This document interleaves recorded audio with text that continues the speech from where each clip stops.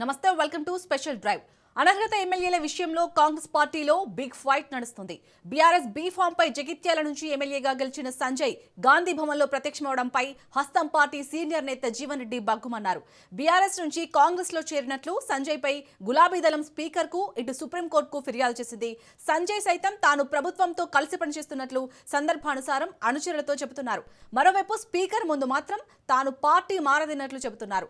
తాజాగా జగిత్యాల ఎమ్మెల్యే సంజయ్ గాంధీ భవన్లో party meeting కు అటెండ్ అవడం ఆజ్ఞకి ఆజ్యం పోస్తుంది. బీఆర్ఎస్ ఇచ్చిన 10 మంది అనర్హత ఎమ్మెల్యేలో ఇప్పటికే 7గురిపై పిటిషన్లను స్పీకర్ గడ్డం ప్రసాద్ కొట్టేశారు. మరోవైపు ఈ కేసులో ఈ మధ్య సుప్రీంకోర్టు ఆగ్రహం వ్యక్తం చేసింది. స్పీకర్ దగ్గర మరో 3 ఎమ్మెల్యేల పిటిషన్లు పెండింగ్ లో ఉన్నాయి. ఎమ్మెల్యే దానం నాగేందర్, కడియం శ్రీహరిపై వచ్చిన పిటిషన్లు స్పీకర్ దగ్గర పెండింగ్ లో ఉన్నాయి.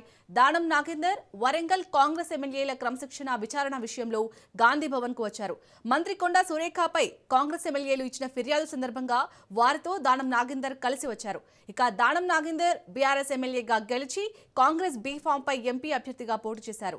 ఇలా బీఆర్ఎస్ తెలంగాణ భవన్ నుంచి కాంగ్రెస్ గాంధీ భవన్ కి పార్టీ కార్యక్రమాల్లో ప్రభుత్వంతో కలిసి పనిచేయడంలో అనర్హత ఆరోపణలు వచ్చిన ఎమ్మెల్యేలు తారసపడటం ఇప్పుడు హాట్ టాపిక్ అవుతుంది.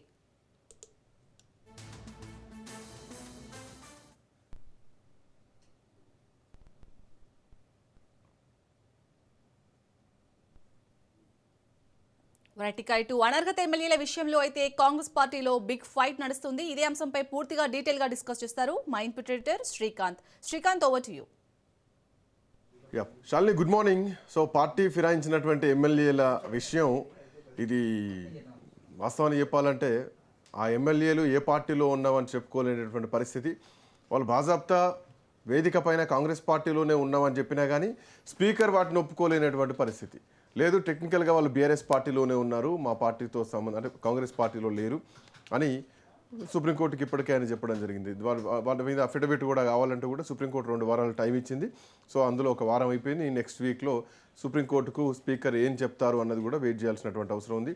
మొన్న కాళ యాదయ్య విషయంలో అదే చెప్పడం జరిగింది. పోచారం శ్రీనివాసరెడ్డి, బాన్స్వాడ ఎమ్మెల్యే పోచారం శ్రీనివాసరెడ్డి విషయంలో కూడా సరైనటువంటి ఆధారాలు లేవంటూ కూడా స్పీకర్ చెప్పడం జరిగింది. ఇక ఈ అంశం ఇట్లా ఉంటే నిన్న గాంధీ భవన్లో జరిగినటువంటి సమావేశంలో జగిత్యాల ఎమ్మెల్యే సంజయ్ అక్కడికి వచ్చారు. సంజయ్ వచ్చినటువంటి క్రమంలో అదే జిల్లాకు చెందినటువంటి జీవన్ రెడ్డి, మాజీ మంత్రి, ఆయన కూడా అక్కడికి వచ్చారు. ఆయన పక్కనే సంజయ్ని కూడా కూర్చోబెట్టారు. ఆయన ఎవరు వచ్చి కూర్చోడానికి? బీఆర్ఎస్ ఎమ్మెల్యేలకు గాంధీ భవన్లో ఏం పని? బీఆర్ఎస్ ఎమ్మెల్యేలు గాంధీ భవన్కి ఎందుకు వస్తారు? కాంగ్రెస్ పార్టీ సమావేశాల్లో ఆయన ఎందుకుంటారని చెప్పేసి జీవన్ రెడ్డి నిన్న బయటకు వచ్చి చాలా సీరియస్గానే మాట్లాడారు. అఫ్కోర్స్ జగిత్యాలలో జీవన్ రెడ్డి వర్సెస్ సంజయ్ ఒక యుద్ధ వాతావరణం నడుస్తుంది. జీవన్ రెడ్డికి సంబంధించినటువంటి వాళ్ళను చంపేస్తున్నారు, పార్టీ మారొచ్చిన వాళ్ళు చంపేస్తున్నారు. ఇక్కడ మా కార్యకర్తలకు అంటే ఇన్నేళ్ల నుంచి జెండా పట్టుకొని మోస్తున్నటువంటి కార్యకర్తలకు న్యాయం జరగట్లేదు అని చెప్పేసి చాలా సందర్భాల్లో ఆయన జగిత్యాలకు వెళ్ళినప్పుడు, లేదంటే కరీంనగర్లో మంత్రి శ్రీధర్ బాబును కలవడం, లేదంటే మిగతా వాళ్ళు పొన్నం ప్రభాకర్ వీళ్ళంతా కూడా బుజ్జగించేటువంటి ప్రయత్నం చేశారు. బట్ అయినా కానీ జగిత్యాల నియోజకవర్గంలో మాత్రం రాజకీయం నివురుగప్పిన నిప్పులానే ఉంటుంది. సో నిన్న గాంధీ భవన్ సాక్షిగా ఈ అంశం బయటపడ్డది. అయితే ఇది కేవలం మనం గాంధీ భవన్ వరకే చూస్తున్నాం, కానీ వాస్తవానికి చెప్పాలంటే కనుక ప్రతి నియోజకవర్గంలో పార్టీ మారినటువంటి ఎమ్మెల్యేలు ఎవరైతే ఉన్నారో టెక్నికల్గా మారలేదు అని స్పీకర్ చెప్తున్నా, మారింది జనాలకు తెలుసు, మారింది కార్యకర్తలకు తెలుసు, మారింది ఆ నియోజకవర్గ ప్రజలకు తెలుసు అన్నది మాత్రమే వాస్తవం. బట్ మాట్లాడదాం ఇదే అంశానికి సంబంధించి. కాంగ్రెస్ పార్టీ ఏఐసిసి అధికార ప్రతినిధి నుమాన్ గారు ఉన్నారు, బీఆర్ఎస్ పార్టీ నుంచి సీనియర్ నాయకులు ఉపేందర్ గారు ఉన్నారు, అట్లాగే బండారు రామ్మోహన్ రావు గారు ఉన్నారు. ముందుగా ఉపేందర్ గారు నమస్తే. నమస్కారం అండి. ఉపేందర్ గారు ఉన్నారా? చూడండి. ఉపేందర్ గారు నమస్తే, గుడ్ మార్నింగ్. పీసీఆర్ నాకు వాయిస్ రావట్లేదు.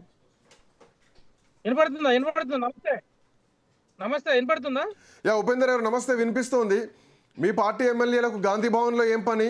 ఎందుకు సంజయ్ గాంధీ భవన్కి వెళ్ళారు? జీవన్ రెడ్డి బీఆర్ఎస్ వాళ్ళు గాంధీ భవన్లో ఏం పని అని చెప్పి అడుగుతున్నారు. వాళ్ళేమో మేము బీఆర్ఎస్లోనే ఉన్నామంటున్నారు. స్పీకర్ కూడా బీఆర్ఎస్ పార్టీలోనే ఉన్నామని చెప్పేసి స్పీకర్ కూడా బీఆర్ఎస్ పార్టీలోనే ఉన్నారు, మా పార్టీకి అంటే కాంగ్రెస్ పార్టీకి సంబంధం లేదని మాట్లాడుతున్నారు. ఇంతకీ వాళ్ళు మీ పార్టీలో ఉన్నారా, కాంగ్రెస్ పార్టీలో ఉన్నారా, ఎటు కాకుంటున్నారా? ఏం చెప్తారు ఉపేందర్ గారు? ముందుగా మీకు ప్యానెల్లో ఉన్న మిత్రులకు కూడా ధన్యవాదాలు. అయితే మీ ప్రశ్న ఉన్నది, ప్రశ్నలోనే ఆన్సర్ ఉన్నది. అయితే రాష్ట్ర ప్రజలందరికీ కూడా ఇవాళ ఒక కన్ఫ్యూజ్ ఈ విషయంలో ఏదైతే పార్టీ ఫిరాయింపుల సబ్జెక్ట్ ఏదైతే ఉన్నదో ఇవాళ రాష్ట్ర ప్రజలకే కాదు నాయకులకి కానీ లేకపోతే కార్యకర్తలు కూడా అందరూ కూడా ఈ రకమైనటువంటి కన్ఫ్యూజన్లే ఉన్నారు. ఎందుకు అనాల్సి వస్తున్నది అంటే ఇప్పుడు మీరే చెప్తా ఉన్నారు. ఇప్పుడు బీఆర్ఎస్ వాళ్ళకి కాంగ్రెస్ దాంట్లో ఏం పని అంటే ఇప్పుడు వాళ్ళు మా దాంట్లో ఉన్నట్ట, ఒకవేళ మా దాంట్లో ఉంటే మన బీఆర్ఎస్ ఆఫీస్కి రావాలి. కానీ కాంగ్రెస్ పార్టీ ఆఫీసులకు ఎందుకు పోయారు అంటే కాంగ్రెస్ పార్టీ ఆఫీసులో పోయినట్టే కాంగ్రెస్ పార్టీలో జాయిన్ అయినట్టు కదా. కాంగ్రెస్ పార్టీ కండువాలు కప్పుకుంటారు, కాంగ్రెస్ పార్టీ మీటింగ్లలో ఉంటారు, కాంగ్రెస్ పార్టీ ఎలక్షన్ ప్రచారాల్లో ప్రచారం చేస్తారు.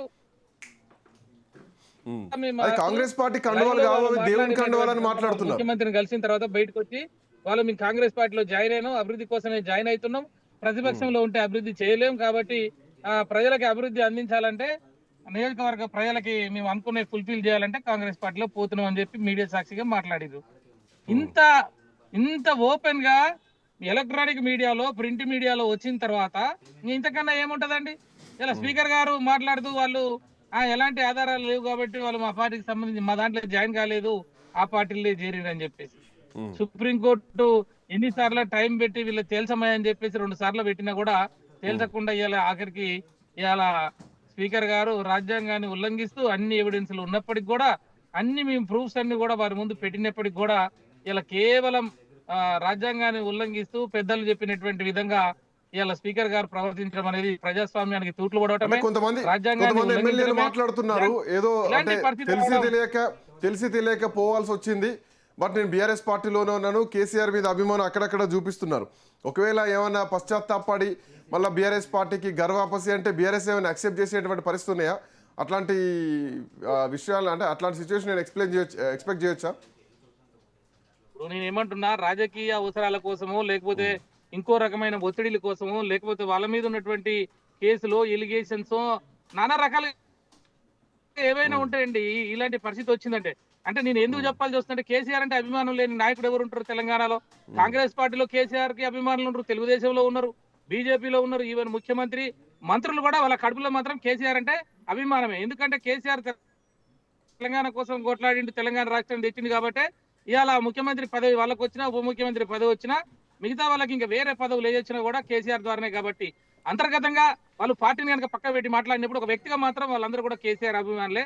కాబట్టి నేను ఏమంటున్నా అంటే వాళ్ళు ఇవాళ కేసీఆర్ మీద అభిమానమే ఉన్నది అందరికీ. కాకపోతే ఏంటంటే వాళ్ళకు ఉన్నటువంటి ఇబ్బందుల రీచ్నో ఇంకోటి రీచ్నో ఆయన దాంట్లోకి పోయారు.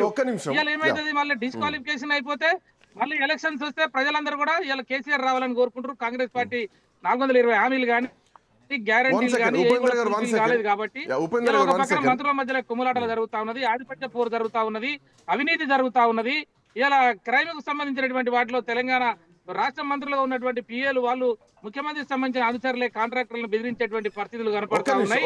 ఇవాళ కాంట్రాక్టర్లు బిల్లులు ఇవ్వాలని చెప్పి ఆర్థిక మినిస్టర్ మంత్రి ముందు ధర్నాలు చేసే పరిస్థితులు ఉన్నాయి. రైతాంగం ఆత్మహత్యలు, విద్యార్థుల ఆత్మహత్యలు, సోషల్ వెల్ఫేర్ హాస్టల్లో ఆత్మహత్యలు, ఇలా రైతు బంధు, రైతు బీమా ఇవన్నీ కూడా తెలంగాణ సమాజం ఇలా కాంగ్రెస్ పార్టీకి వ్యతిరేకం అయిపోయింది. కాబట్టి ఇలా ఉప ఎలక్షన్స్ వస్తే మేము ఓడిపోతామని చెప్పేసి మళ్ళా భయానికో మళ్ళా నయాన్నో భయాన్నో వాళ్ళు ఏం చేస్తా ఉన్నారంటే ఇలా మేము ఇక్కడనే ఉన్నామని చెప్పేసి మాట్లాడటం జరుగుతా ఉన్నది. తీవ్రంగా ఖండిస్తా ఉన్నాం. ఏదేమన్నా కూడా నిష్పక్షపాతంగా వాళ్ళకి నిజంగా పోయి ఉంటే మేము పోయామని చెప్పుకోవాలి, రాజీనామా చేయాలి, రేపు ఎలక్షన్ కూడా పోవాలి. అక్కడ ఏది ప్రజలు ఏం తీర్పిస్తే దానికి పోవాలి. కానీ ఇలా ప్రజాప్రతినిధిగా ఉన్నవాళ్ళు, స్పీకర్ గా ఉన్నవాళ్ళు రాజ్యాంగాన్ని ఉల్లంఘిస్తూ పదవి కోసం వ్యక్తిగత ఉల్లంఘించే విధంగా ఎవిడెన్స్ ఉన్న తర్వాత అన్ని ఉన్న తర్వాత కూడా మళ్ళీ నువ్వు విచారణ పోయినప్పుడు ఈ రకంగా స్టేట్మెంట్లు ఇవ్వడం చాలా దురదృష్టకరం. నిన్న సంజయ్ గారు కాంగ్రెస్ పార్టీలో చేరిండు, కాంగ్రెస్ పార్టీ వారి ఆఫీసు, వారి హెడ్ ఆఫీసు, అక్కడ వాళ్ళ నాయకులు ఉంటారు కాబట్టి పోయిండు. మరి అదే దాంట్లో ఉన్నటువంటి సీనియర్ నాయకులు జీవన్ రెడ్డి గారు మరి దాన్ని వ్యతిరేకించడము, వాళ్ళు తిట్టడము, వాడికి ఏం పని బీఆర్ఎస్ వాడికి అనడము, అవన్నీ ఏంటంటే వాళ్ళకి అంతర్గతంగా ఉన్నటువంటి భేదాభిప్రాయాల ద్వారా వాళ్ళు మాట్లాడుతున్నారు. మొన్న కూడా మాట్లాడింది కదనండి, నేను కాంగ్రెస్ పార్టీలోనే ఉన్నానని చెప్పి. కాంగ్రెస్ పార్టీలో జాయిన్ అయినా నేను ఆయన ప్రచార సభలలో కాంగ్రెస్ పార్టీ ప్రచార సభలలో తిరుగుతూ చెప్తూ నేనేమంటే అభివృద్ధి కొరకే పోయినాము అని చెప్పేసి వారు కూడా చెప్పినారు. దానం నాగేంద్ర గారు కూడా అనేక సందర్భాలలో మీడియా ముందు నేను మొన్న కూడా ఈ మధ్య కాలంలో మనం అందరం చూసినాం ప్రింట్ మీడియా ఎలక్ట్రానిక్ మీడియాలో కాంగ్రెస్ పార్టీలో చేరినని చెప్తా ఉన్నాడు. మళ్ళా నువ్వు ఒక్క నిమిషం ఉపేందర్ గారు వన్ సెకండ్ ఒక్కసారి నీ కాంగ్రెస్ పార్టీ నాయకుల వర్షన్ కూడా తీసుకుంటాను. 1 సెకండ్ ఉపేందర్ గారు 1 సెకండ్. నుమాన్ గారు నమస్తే. నమస్కారం. మీ పార్టీలో అంటే టెక్నికల్గా బీఆర్ఎస్ పార్టీలో ఉన్న అంటున్నారు, గాంధీ భవన్కి వస్తున్నారు. ఎందుకు రాణిస్తున్నారు బీఆర్ఎస్ పార్టీ ఎమ్మెల్యేలను గాంధీ భవన్కి? సెక్రటేరియట్ పోయినా అదొక రకంగా ఉంటుంది, ముఖ్యమంత్రి నివాసం పోయి కలిసినా అదొక రకంగా ఉంటుంది. అంతా హరీష్ రావు నోటీసులు ఇచ్చి విచారణకు పోతే కనీసం ఒక్క ఎమ్మెల్యే వాళ్ళ దగ్గరికి పోలేదు. బట్ గాంధీ భవన్ మాత్రం సమావేశానికి వస్తున్నారు. అదే జీవన్ రెడ్డి ప్రశ్నిస్తున్నారు. సరే, నా ప్రశ్న అటు ఉంచితే జీవన్ రెడ్డి ప్రశ్నకు సమాధానం ఏంటి కాంగ్రెస్ పార్టీ నుంచి? Very good morning to you Srikanth గారు as well as ఉపేంద్ర గారు అండ్ ఆల్ ద వ్యూవర్స్. మనం మాట్లాడుతున్నాము నిన్న గాంధీ భవన్లో జరిగినటువంటి ఇన్సిడెంట్ గురించి, పెద్దలు జీవన్ రెడ్డి గారు బయటికి వచ్చినటువంటి కామెంట్స్ గురించి మనం మాట్లాడుతున్నాము. ఈ యొక్క టాపిక్ అనేది చాలా కాంప్లెక్స్ టాపిక్, సంక్లిష్టంగా మారినటువంటి టాపిక్. నేను 2 ప్రశ్నలు సూటిగా నేను బీఆర్ఎస్ వారిని మీ ద్వారా నేను అడగదలుచుకుంటున్నాను. ఫస్ట్ ప్రశ్న, ఏ రోజైతే కల్వకుంట్ల కవిత గారు బయటికి వచ్చి వారు నిందలు అపనిందలు వారి తండ్రి మీద, వారి అన్న మీద, వారి మేనమామ మీద, వారి దయ్యాల మీద, ప్రతి ఒక్క బీఆర్ఎస్ పార్టీ అధిష్టానం మీద వారు మాట్లాడినప్పుడు, వారు గత కొన్ని రోజులుగా వారు మాట్లాడుతూ ఉంటే వారికి బీఆర్ఎస్ పార్టీ నుంచి సస్పెండ్ చేసి, ఫస్ట్ తెలంగాణ జాగృతి నుంచి, దాని తర్వాత బీఆర్ఎస్ పార్టీ నుంచి సస్పెండ్ చేస్తున్నామని క్లియర్ కట్గా ఒక నోటిఫికేషన్ ద్వారా ప్రెస్కి వారు పంపించడం జరిగింది. దాని ద్వారా రాష్ట్ర ప్రజలందరికీ అర్థమైపోయింది ఈవిడ బీఆర్ఎస్ పార్టీలో లేదు, బీఆర్ఎస్ పార్టీ నుంచి సస్పెండ్ చేసినారని చెప్పేసి. ఈరోజు వారి యొక్క ఎమ్మెల్యేలు, వారి బిఐ ఫామ్ల మీద గెలిచినటువంటి ఎమ్మెల్యేలు, వాటి పార్టీ సింబల్ మీద గెలిచినటువంటి ఎమ్మెల్యేలు వారి పార్టీలో ఉన్నప్పుడు వారు ఈ రకంగా కమెంట్స్ చేస్తున్నప్పుడు, మేము పక్క పార్టీకి పోయినాము, లేకపోతే పక్క పార్టీలో చేరినాము, మేము పక్క పార్టీలకు మేము మద్దతుగా ఉన్నామని చెప్పేసి తెలిపినప్పుడు ఎవరి బాధ్యత అండి? వారి పార్టీ నుంచి సస్పెండ్ చేయాల్సినటువంటి బాధ్యత బీఆర్ఎస్ పార్టీ కాదా? అంటే సొంత బిడ్డకు ఒక రూలు, మిగతా ఎమ్మెల్యేలకు ఒక రూల్ ఉంటుందా? అంటే మీరు ఇండైరెక్ట్ గా పక్క పార్టీలోకి పోయారు, కాంగ్రెస్ పార్టీలోకి వచ్చారు కాబట్టి మీరు సస్పెండ్ చేయండి, ఇంకెందుకు సస్పెండ్ చేస్తలేరు అని చెప్పేసి ఒప్పుకుంటున్నారా పార్టీలో చేరి? I'm talking about rule. I'm not talking about a specific. ఇప్పుడు పార్టీ సస్పెండ్ చేస్తుందా చేయదా అంశం అట్లా ఉంచితే, స్పీకర్ వేటు వేస్తారా వేయరా? సుప్రీంకోర్టు నుంచి ఇప్పటికే సుప్రీంకోర్టు పోయాయి, సుప్రీంకోర్టు మీ మీద ప్రెషర్ పెడితేనే ఈరోజు స్పీకర్ 2 వారాలు టైం ఇవ్వడం జరిగింది. సో హడావుడిగా 7 మీరు విచారించారు, స్పీకర్ విచారించారు. I'm not talking about constitutional law subject. I'll come to it at next point కు వస్తున్నాను నేను. ఫస్ట్ పాయింట్, పార్టీ పరంగా డిసిప్లిన్ ఉంచాలి. కాబట్టి పార్టీలో గెలిచినటువంటి వ్యక్తులు పక్క పార్టీకి మద్దతు తెలిపినప్పుడు మీరు పార్టీ నుంచి సస్పెండ్ చేయాలా? ఎందుకు చేయట్లేదు అని చెప్పేసి నేను మీ ద్వారా ఫస్ట్ ప్రశ్న అడగదలుచుకుంటున్నా. సమాధానం ఉంటే సమాధానం చెప్పాలా, సమాధానం లేకపోతే మా అధిష్టానం ఎస్పెషల్లీ కల్వకుంట్ల చంద్రశేఖరరావు చేతగాని దద్దమ్మ అని చెప్పేసి చెప్పాలా. నెంబర్ 1. నెంబర్ 2, నేను చెప్పదలుచుకున్నది ఒకటి, మీకు మీ పార్టీలో ఎమ్మెల్యేలు ఉన్నారా లేరా అని చెప్పేసి ఒక లిటిమస్ టెస్ట్ ద్వారా, అంటే విప్ జారీ చేయాలా అని అంటే అవిశ్వాస తీర్మానం పెట్టండి. మీరు ఎవరో తట్టున్నారండి? మిమ్మల్ని ఆపుతున్నారా? మేము పెట్టండి. మొన్న అసెంబ్లీ జరిగింది, పెట్టాల్సింది అవిశ్వాస తీర్మానం, తెలిపోయేది వాళ్ళు ఇక్కడ ఉన్నారా అక్కడ ఉన్నారా. విప్ జారీ చేస్తారు, వాళ్ళు పార్టీకి యాంటీగా వేసేస్తే యాంటీ డిఫెక్షన్ వర్తిస్తుంది, వాళ్ళ పార్టీ నుంచి వాటి ఇమీడియట్ గా వాళ్ళ ఎమ్మెల్యే పదవికి రాజీనామా చేసేటువంటి పరిస్థితి. చేయండి. అది కూడా చేయరు. అది చేయకుండా మీరు చేయట్లేదు, స్పీకర్ చేయట్లేదు అని స్పీకర్ మీద ఏడిస్తే ఏముంటుందండి? మీ చేతిలో ఉన్నటువంటి ఆయుధాన్ని మీరు వాడండి. ఎందుకు వాడట్లేదు మీరు? అంటే టెక్నికల్ గా చూసినప్పుడు సో వాళ్ళు కూడా టెక్నికల్ గానే చూస్తారు కదా. పార్టీలో ఉండగానే బీఫామ్ తీసుకున్నారు, మరి బీఫామ్ తీసుకున్నారు కదా, బీఫామ్ తీసుకున్నాక దానం నాగేందర్ మీద ఎందుకు మరి స్పీకర్ వేటు వేయట్లేదు? సరే, మిగతా 9 మందిని పక్కన పెడదాం, ఇదైతే అఫీషియల్ కనిపిస్తుంది కదా, పార్టీ మారారని చెప్పి సుప్రీంకోర్టుకే పోయారు కదా, ఎందుకు స్పీకర్ నిర్ణయం ఈ విషయంలో డిలే జరుగుతుంది? ఎందుకు దానం మీద వేటు వేయట్లేదు? ఎందుకు మరి దానం నాగేందర్ సస్పెండ్ కావట్లేదు? ఆయనైతే పార్టీ బీఫామ్ మీద పనిచేశారు కదా, ఎన్నికలకు పోయారు కదా. ప్రతి ఒక్క దానికే టైం ఉంటుంది సార్. 2 సంవత్సరాల టైం అంటే ఎన్నికల టైం వరకు సుప్రీంకోర్టు చెప్పినట్టు ఎన్నికల వరకు చూసుకుంటున్నారు. సబ్జెక్ట్ స్పీకర్ గారి పరిధిలో ఉంది.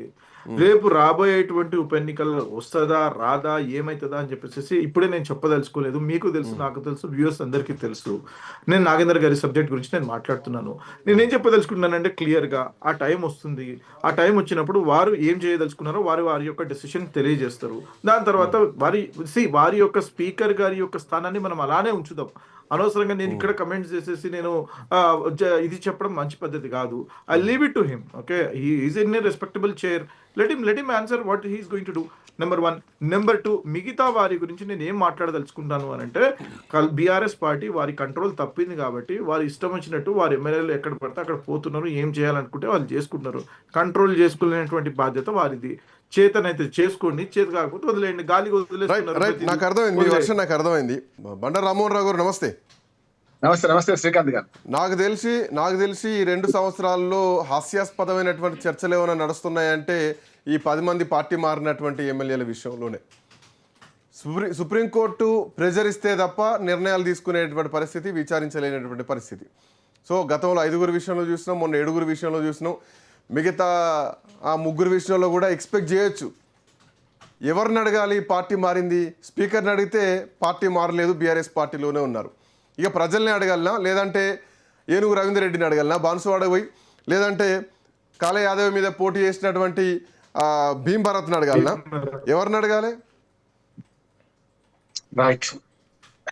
శ్రీకాంత్ గారు, మీకు అట్లాగే హనుమాన్ గారికి, మిత్రుడు ఉపేందర్ గారికి అందరికి నమస్కారం.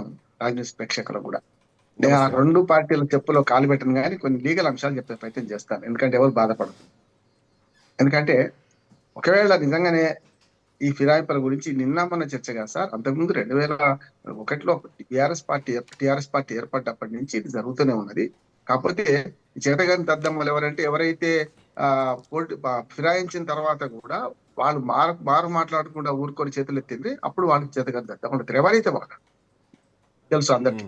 ఏమంటే 2001 తర్వాత 2004లో కాంగ్రెస్ ప్రభుత్వం ఏర్పడినప్పుడు రాజశేఖర రెడ్డి గారు ఏం చేశారు, ఒక 4-5 నెలల తర్వాత మెల్లగా ఫిరాయింపులు మొదలు పెట్టారు. ప్రతిసారి ఫిరాయించిన ప్రతిసారి కూడా టిఆర్ఎస్ పార్టీ ఫిర్యాదు చేయలేదు. చేస్తే అప్పటి స్పీకర్, ఇప్పుడు బీఆర్ఎస్ లో ఉన్న లోక్సభ ప్రతిపక్ష నాయకుడు ఎవరైతున్నారు, లోక్సభలో పార్టీ నాయకుడు ఎవరున్నారు, సురేష్ రెడ్డి గారు అప్పుడు స్పీకర్ గా ఉన్నారు. ఆయన ఏం చేసిండ్రు,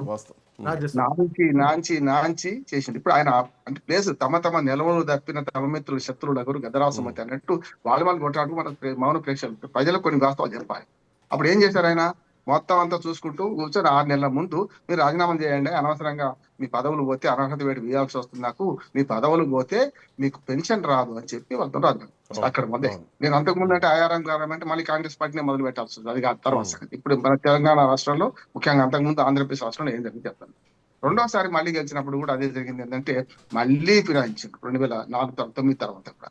అప్పుడు అదే పరిస్థితి. అప్పుడు ఎవరున్నారు స్పీకరు, లక్ష్మీపుత్రుడు, రకరకాల పొగుడుతాం కదా పెద్ద ఆయన పోచారం శ్రీనివాసరెడ్డి గారు. ఆయన ఇప్పుడు ఏ పార్టీలో ఉన్నారు, ఫిరాయింపుదారు ఎమ్మెల్యే ఉన్నారు. ఆయన బాహాలు అయిపోయింది, బారాకును మాఫీ. ఆయన ఇంకా ఫిరాయించలేదని కళ్ళు మూసుకున్న ధృతరాష్ట్రుడైన స్పీకర్ గారు. ఈ మాట చెప్తున్నాను, ధృతరాష్ట్రుడు అయినా ఎవరు మన స్పీకర్ స్థానం కాదు, అది ట్రిబ్యునల్ స్థానం. సుప్రీంకోర్టు కూడా అదే స్థానం. సుప్రీంకోర్టు మన ట్రిబ్యునల్ మాత్రమే, ఇది స్పీకర్ కాదని కూడా అన్నది నేను స్పష్టంగా ఆ సుప్రీంకోర్టు వ్యాఖ్యలే అంటున్నాను. ధృతరాష్ట్రుడైన ఆ ట్రిబ్యునల్ చైర్మన్ గా ఉన్న ప్రస్తుత స్పీకర్ చేస్తున్న పని. అప్పుడు ఏం చేశారు, ఆయన కూడా పోచారం శ్రీనివాసరెడ్డి కూడా అదే పని చేశారు. చేసి చివరి దాకా ఉంచేస్తే మళ్ళీ అదే పరిస్థితి అయిపోయింది రెండోసారి. ఇప్పుడు ఆయన ఎక్కడ ఉన్నాడు, ఫిరాయింపు ఎమ్మెల్యేలు ఉన్నాడు. ఇక మూడోసారి ఏంటంటే ఎవరు ధృతరాష్ట్రుడు ఎవరైతే చేతగానుకున్నారంటే కాంగ్రెస్ పార్టీ ఆనాడు నాయకత్వం ఎవరు చేతగాంతరంతో ఉన్నది. అప్పుడు రేవంత్ రెడ్డి లేడు, అప్పుడు ఎవరు ఉన్నారో చెప్తాను. అప్పుడు ఏమైంది, 2014లో 21 మంది ఎమ్మెల్యేలు గెలిస్తే అలా 13 మందిని తెచ్చుకున్నాడు కేసీఆర్ గారు. తప్పు, అనైతిక, దుర్మార్గం అని చెప్పిన బీఆర్ఎస్ నన్ను రామారావు సార్ మీరు ఎట్లా మాట్లాడితే ఎట్లా అని నేను తప్పే అన్న. అప్పుడు తప్పే, ఇప్పుడు తప్పే. అయితే అప్పుడు ఏం చేశారు, కాంగ్రెస్ వాళ్ళు ఎందుకు ఫిర్యాదు చేయలేదు, కళ్ళు మూసుకొని ఎందుకున్నారు, చేతగాని దద్దమ్మలు ఎందుకు కూర్చున్నారు అంటే పోయింది, చేతులు ఎత్తేసారు, 2 చేతులు ఎత్తేసారు. ఒక్క చేయి గుర్తు వాళ్ళు 2 చేతులు ఎత్తేసేస్తారు. దానివల్ల ఆ ఎమ్మెల్యేలకు మంత్రి పదవులు వచ్చినాయి, వాళ్ళు రకరకాల ప్రవర్తించారు. అప్పుడు ఉన్నారు కదా, అప్పుడు ఫిర్యాదు చేయాల్సింది ఎవరు?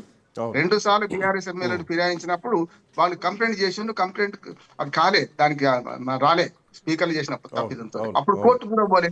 అప్పుడు నిజంగానే వాళ్ళు కాంగ్రెస్ పార్టీ కానీ కోర్టుకు పోయి ఉంటే మనం 2014 తర్వాత జరిగేది. ఇప్పుడు వీళ్ళలాగా 2018లో 19 మంది గెలిచారు కాంగ్రెస్ పార్టీ. అక్కడి నుంచి ఎంతమంది మారిండ్రు, మొదలైతే 2014 అయితే అన్ని పార్టీలను మింగేశాడు. కేసీఆర్ గారు తక్కువ ఆసమి కాదు, అన్ని పార్టీలు మింగేశాడు. 15 మంది టీడీపీ వాళ్ళను ఒక్క సిపిఐ సభ్యుడు, ఒక్కడే సిపిఐ సభ్యుడు. నేను సిపిఐ వాళ్ళకి శిక్షణ తరగతి వెళ్ళినప్పుడు ఆ రవీంద్ర నాయక్ బ్రహ్మాండంగా మాట్లాడినప్పుడు బీఆర్ఎస్ తిట్టుకుంటూ సరిగ్గా వచ్చే వారం మారిండు. ఏం చేయాలి? ఒక్క సభ్యుడు కూడా, ఒక బీజేపీ వాళ్ళు తప్ప అందరూ పోయింది అన్నాడు. 2019 తర్వాత ఉంది. 19 కలిస్తే 12 మంది చేసుకున్నారు. బట్టి విక్రమార్క గారి ప్రతిపక్ష స్థానంలో పోయింది. చూసింది కదా. మరి అప్పుడు చేతకాంత్ దద్దమ్మలాగా ఎందుకున్నారు కాంగ్రెస్ పార్టీ వాళ్ళు అని నేను అడుగుతున్నా స్పష్టంగా. ఒకటి, ఎందుకంటే నేను ఆ ప్రశ్నకు నేను ఆనాడు చేసిన పని చెప్తున్నా. ఇప్పుడు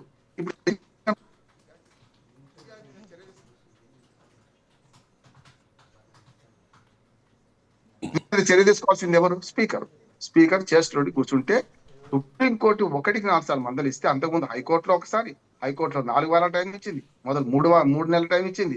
అన్ని పోయిన తర్వాత సుప్రీంకోర్టు ఆదేశించిన తప్ప ఇప్పుడు కేవలం 1 విడత 1. నేను ఎప్పటికీ పోలుస్తున్నాను శ్రీకాంత్ గారు.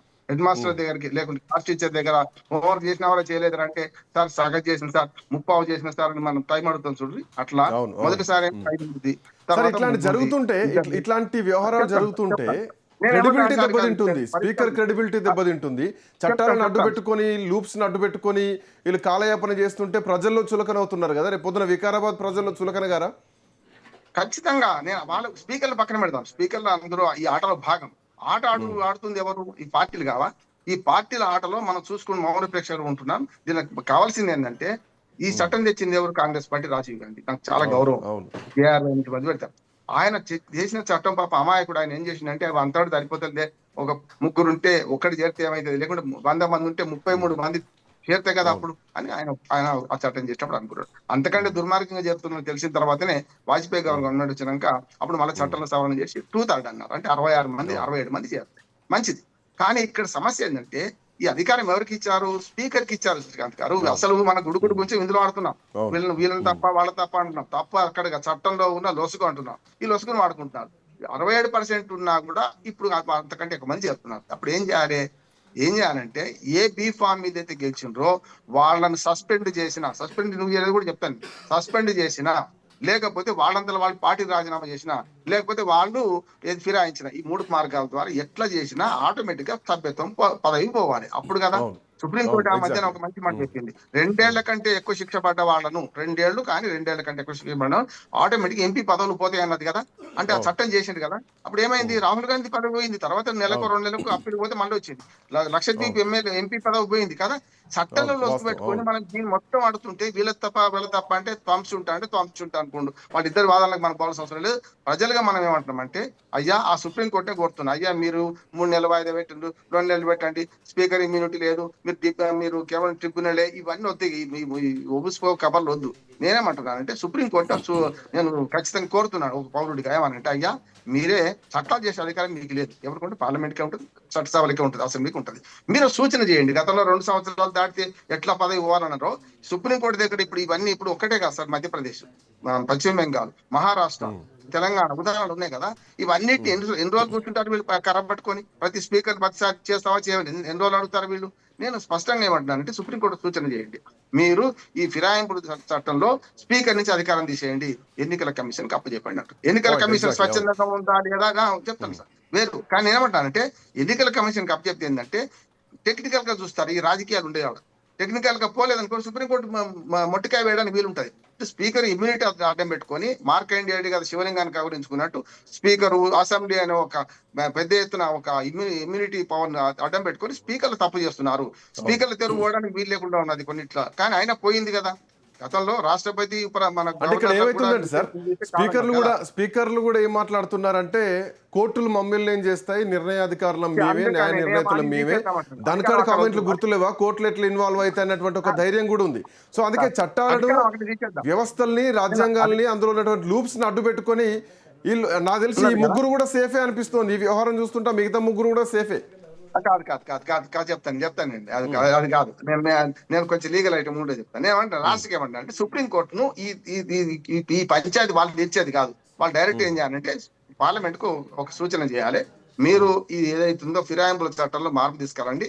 అప్పీల్ ఎవరికి చేయాలంటే, మన అనర్హత పిటిషన్ ఎవరి ముందట చేయాలంటే, ఇమ్మీడియట్ మనకు ఎలక్షన్ కమిషన్ ముందట ఏమనండి, పార్టీ మారిన 3 అంటున్నాను. ఎందుకు సస్పెండ్ చేయాలి చెప్తుంటే, సస్పెండ్ చేస్తే పార్టీ నిమాన్ గారు మీకు తెలుసు మీకు లీగల్ గా ఏమంటే అంటే సస్పెండ్ చేస్తే పదవి పోదు, వాళ్ళ పదవి పోవాలని కక్ష కాదు. ఇప్పుడు మా పార్టీ ఎమ్మెల్యే ఎంపీ మా ఎమ్మెల్యే గెలిచిండు బీఫామ్ తీసుకొని దుర్మార్గంగా నైతికంగా దిగజార పనిచేసిండు కదా అనే దాని మీద చేయాల్సిన పని ఏంటంటే సుప్రీంకోర్టే సూచన చేసి చట్టంలో మార్పు రావాలి. అప్పుడు ఏమైంది అంటే పార్టీ మారినా పోతుంది, సస్పెండ్ చేసినా పోతుంది, వాళ్ళంతా వాళ్ళు రాజీనామా చేసినా పోతుంది. 3 రకాలుగా పోతుంది. ఇక విప్ ఎందుకు జారీ చేయాలంటే విప్ ఎప్పుడు జారీ చేస్తారు? విప్ జారీ చేసేది ఏంటంటే ఏదైనా ఒక ఇష్యూ వచ్చినప్పుడు ఓటింగ్ జరిగినప్పుడు విప్ జారీ చేస్తారు. వ్యతిరేకంగా ఓటింగ్ జరిగినప్పుడు చేస్తారు. కానీ దాన్ని నుమాన్ గారితో దానికి ఏకీపిస్తున్నా. చాలా సార్లు ఓటింగ్ అయింది కదా, ఓటింగ్ అయినప్పుడు ఎందుకు విప్ జారీ చేయలేదు? కరెక్ట్ ప్రశ్న అంటున్నా. సమస్యలు ఇప్పుడు జారీ చేయాలి, చేసి వాడ నానాలు చేయాలంటున్నా. ఇప్పుడు అది చేయకుండా ఏం చేస్తున్నారంటే ఎవరి నాటకం వాళ్ళు ఆడుతున్నారు. ఇప్పుడు రాజకీయంగా కాంగ్రెస్ పార్టీ మరో 3 ఏళ్ళు గుంజుదామని చూస్తున్నది దీన్ని సమస్యను. అట్లాగే వీళ్ళు కూడా మరో 3 ఏళ్ళు గుంజుదాం, వాళ్ళు నైతికంగా లేదండి. ఇక ఒక్కసారి జగన్ మన జీవన్ రెడ్డి గారు మాట, జీవన్ రెడ్డి గారు నా మిత్రుడు, యాజ్ అడ్వకేట్, నా బార్కు చాలా సార్లు వచ్చిన వాడు, నాకు మంచి మిత్రుడు, మా ఊరి మీదకి వెళ్ళిపోయేవాడు, గజ్వేల్ కలిసేవాడు. ఆయన ఆవేదనలో పూర్తి వాస్తవం ఉన్నది. మీరు నుమాన్ గారు ఒప్పుకోకపోయినా కాంగ్రెస్ పార్టీలో ఒప్పుకోవడం అందరి మధ్యలో అదే ఉన్నది. ఏం బయట చెప్తలేదు, నేను చెప్తున్నా. సర్ది ముట్ట ఎవడిప్పిండని నేను చెప్తా అంటున్నాను. స్పష్టంగా ఇవాళ ఫిరాయింపుదారులకే కాంగ్రెస్ పార్టీలో పెద్దపీట వేస్తున్నారు.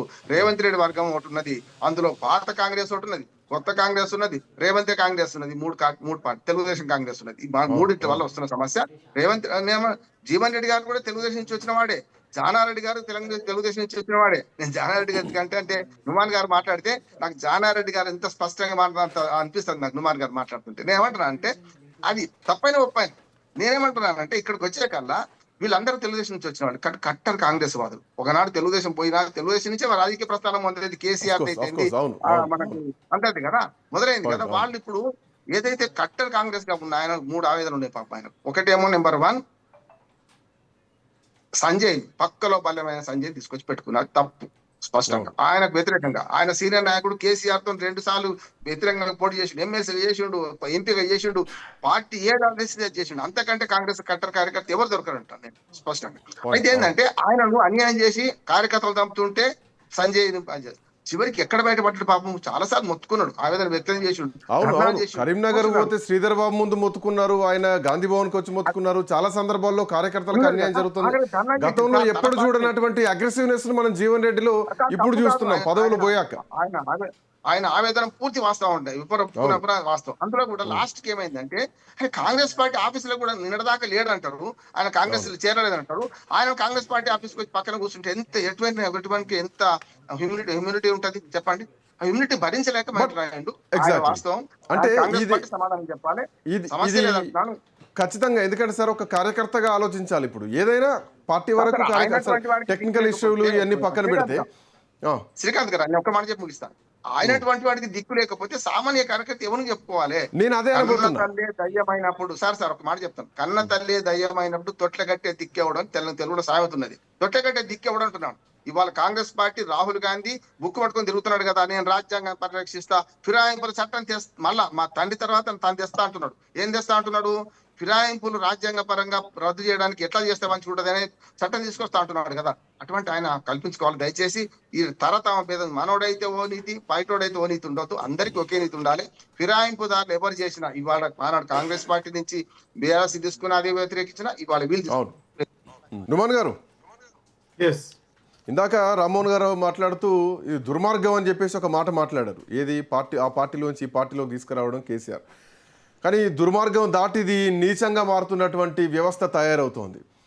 జీవన్ రెడ్డి గారిని ఎగ్జాంపుల్ తీసుకుందాం, జీవన్ రెడ్డి మాటలను ఎగ్జాంపుల్ తీసుకుందాం. బీఆర్ఎస్ వాళ్ళకు ఇక్కడ ఏం అవసరం అని చెప్పేసి అంటే ఒక ఆవేదన, ఒక మాజీ మంత్రి, ఒక మాజీ ఎమ్మెల్సీఏ బయటకు వచ్చి ఈరోజు ఆయన ఆవేదన చెప్పుకునేటువంటి పరిస్థితి కాంగ్రెస్ పార్టీలో కనిపిస్తుందంటే సగటు కార్యకర్త పరిస్థితి ఏమిటి? మిగతా 10 జిల్లాల్లో పార్టీ మారొచ్చినటువంటి ఎమ్మెల్యేలతో ఉన్నటువంటి కార్యకర్తలకు వాళ్ళకే పదవులు, వాళ్ళకే అలంకారాలు ఉన్నాయి. గతంలో జెండా మోసిన వాళ్ళు ఎవరికి కూడా కనీసం పదవులు ఇచ్చేటువంటి పరిస్థితులు లేవు. ఆఖరికి జిల్లాలో ఉన్నటువంటి లైబ్రరీ చైర్మన్ల పరిస్థితులు కూడా వచ్చేటువంటి పరిస్థితులు లేవు. ఎందుకు ఈ మాట అంటున్నా అంటే ఆ పార్టీ మారిన నియోజకవర్గాల్లో ఆ కార్యకర్తలు నాతో ప్రత్యేకంగా మాట్లాడినటువంటి మాటలు నేను మీ ముందు పెడుతున్నా. ఇప్పుడు మీరు టెక్నికల్గా మాట్లాడతారా, కాంగ్రెస్ వాదిగా మాట్లాడతారా, ఆ కాంగ్రెస్ పార్టీ కార్యకర్తగా మాట్లాడతారా? మాట్లాడండి. సో ఇందాకైతే నేను మాట్లాడాను, మీరు విన్నారు, why they are not doing అని చెప్పేసి బీఆర్ఎస్ వాళ్ళు. నేను let me talk from the heart of the Congress. ఏదైతే ఈ పరిస్థితుల్ని తీసుకొచ్చినటువంటి యొక్క కారణం బీఆర్ఎస్ పార్టీ. మేము అధికారంలోకి వచ్చిన 15 రోజుల్లోనే వారు 6 నెలల్లో ప్రభుత్వం కూలుతుందని అగ్గిపెట్టె హరీష్ రావు అన్నాడు, తారక రామారావు అన్నాడు. ఈ విషయాలు వారి నోట వచ్చిన తర్వాత మీరు చెప్పండి. వారు 39 ఎమ్మెల్యేలను 10 సంవత్సరాల అధికారంలో ఉన్నప్పుడు చేర్చుకొని వారు ఇష్టారాజ్యంగా ప్రతిపక్షాలను నిర్వీర్యం చేసినటువంటి పార్టీ బీఆర్ఎస్ పార్టీ కాదా? వారు ఆ రకంగా పార్టీని డిఫెక్షన్స్ని వారు ప్రోత్సహిస్తారని చెప్పేసి మేము ఇంత కష్టపడి 10 సంవత్సరాలు ప్రతిపక్షంలో ఉండి మొదటిసారి తెలంగాణ ఏర్పడ్డ తర్వాత మీరు అధికారంలోకి వచ్చినప్పుడు ఆ అధికారాన్ని కాపాడాల్సిన బాధ్యత మా మీద ఉండదా? 60 ఎమ్మెల్యేలు మ్యాజిక్ ఫిగర్ ఉన్నప్పుడు 61 వచ్చినా సరే వారు 5 సంవత్సరాలు ఎక్స్పైరీతో వచ్చినారు కాబట్టి వారి ప్రభుత్వాన్ని కూల్చకూడదని చెప్పేసి నైతిక బాధ్యత కల్వకుంట్ల చంద్రశేఖర్ రావు మీద లేదా? మీరు మళ్ళీ పాత అదే చదువుతున్నారు. బాధ్యత దాని BJP చర్చ పార్టీ అయిపోయింది. మీద నేను ఏమంటున్నా, లేదా? వారు వాళ్ళకి చేసినటువంటి మీకు 64 comments వచ్చాయి కదా, వల్లనే మీకు కూడా ఈ 65 రకంగా స్థానాలు వచ్చాయి, ఆ వచ్చినటువంటి తర్వాత 66 వచ్చాయి, ఆ తర్వాత 67 వచ్చింది ఇప్పుడు జూబ్లీహిల్స్ తోటి. సో మీకు కూడా కావాల్సిన స్థానాలు 64 ఉన్నాయి. అయినా కానీ మీరు కాంగ్రెస్ పార్టీలోకి లాక్కున్నారు, పార్టీలోకి తీసుకున్నారు, కండువాలు కప్పుకున్నారు. ఇంత జరుగుతుందని ఎక్స్పెక్ట్ చేయలేదు. ఇప్పుడు ఇక పీకల మీదకి వచ్చేసరికి బీఆర్ఎస్ పార్టీలో ఉన్నామని చెప్తున్నారు తప్ప, లేదంటే గేట్లు ఎత్తినమని చెప్పిందే ముఖ్యమంత్రి కదా. అదే అన్నానండి నేను. మాకు ఆ గేట్లు ఎత్తే పరిస్థితి కూడా వచ్చేది కాదు, మాకు అవసరం కూడా లేదు. We have cadre.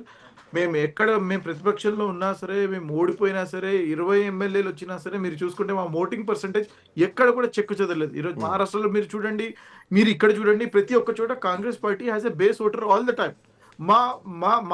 మాట ఏంటి అని అంటే, మా ఆవేదన ఏంటి అని అంటే, మీరు ప్రభుత్వాలని నిస్సిగ్గుగా కూలుస్తున్నారు కాబట్టి మీ intentions always you have proved. మీ హిస్టరీ ఆ రకంగా ఉంది, మీ చరిత్ర ఆ రకంగా ఉంది కాబట్టి ఈ ప్రభుత్వాన్ని కూల్చుతారని చెప్పేసి ప్రభుత్వాన్ని కూలుస్తామని చెప్పేసి ప్రభుత్వం 5 ఏళ్ళు ఉండాలని చెప్పేసి ప్రతి సందర్భంలో వాళ్ళు మాట్లాడారు. ఈ ప్రభుత్వం 6 నెలల కంటే ఎక్కువ ఉండదని చెప్పిన వాళ్ళే మీ పార్టీలోకి వచ్చారు. ఆ వ్యక్తి గురించి నేను మాట్లాడదలుచుకోలేదు సార్. ఆ వ్యక్తి గురించి ఆయనకి ఏం చేయాలో decision will be, this matter is subject, so let that happen. కానీ నేనేమంటానంటే, వారు ఈ రకంగా సంకేతాలు ఇచ్చినప్పుడు ఇంటెలిజెన్స్ అనేది ఉంటుంది ప్రభుత్వానికి. ఆ ప్రభుత్వాన్ని ఇంటెలిజెన్స్ ద్వారా మాకు వచ్చినటువంటి సమాచారం ప్రకారం మేము ఏం చేయాలి, మేము కాపాడుకోవాలి కదా. ఇంత కష్టపడి వచ్చినటువంటి ప్రభుత్వాన్ని కాపాడుతున్న బాధ్యత ముఖ్యమంత్రి మీద, పార్టీ మీద ఉందా లేదా? మీరు ఒక్కసారి ఆలోచన చేయండి. నేను అదే అంటున్నానండి, there has to be an end to this. ఇక్కడితో సమాప్తం తెలిపి మీ పార్టీలో గెలిచినటువంటి వ్యక్తులు మీ పార్టీలో ఉంచుకోండి, మా పార్టీలో గెలిచినటువంటి వాడిని మేము పెంచుకుంటాం. ఇక్కడ ఒక ప్రెసిడెంట్ సెట్ చేసేసి ఇంకా రేపు భావితరాలకు కానివ్వండి, ఫ్యూచర్ లో కానివ్వండి, ఎలాగో ప్రధానమంత్రిగా రాహుల్ గాంధీ గారు రాబోతున్నారు. యాంటీ డిఫెక్షన్ లాకి వారు అమెండ్మెంట్ తీసుకురాబోతున్నారు. 100% జరుగుతుంది. నేనేమన్నాను, అంతవరకు ఆపేసేయండి.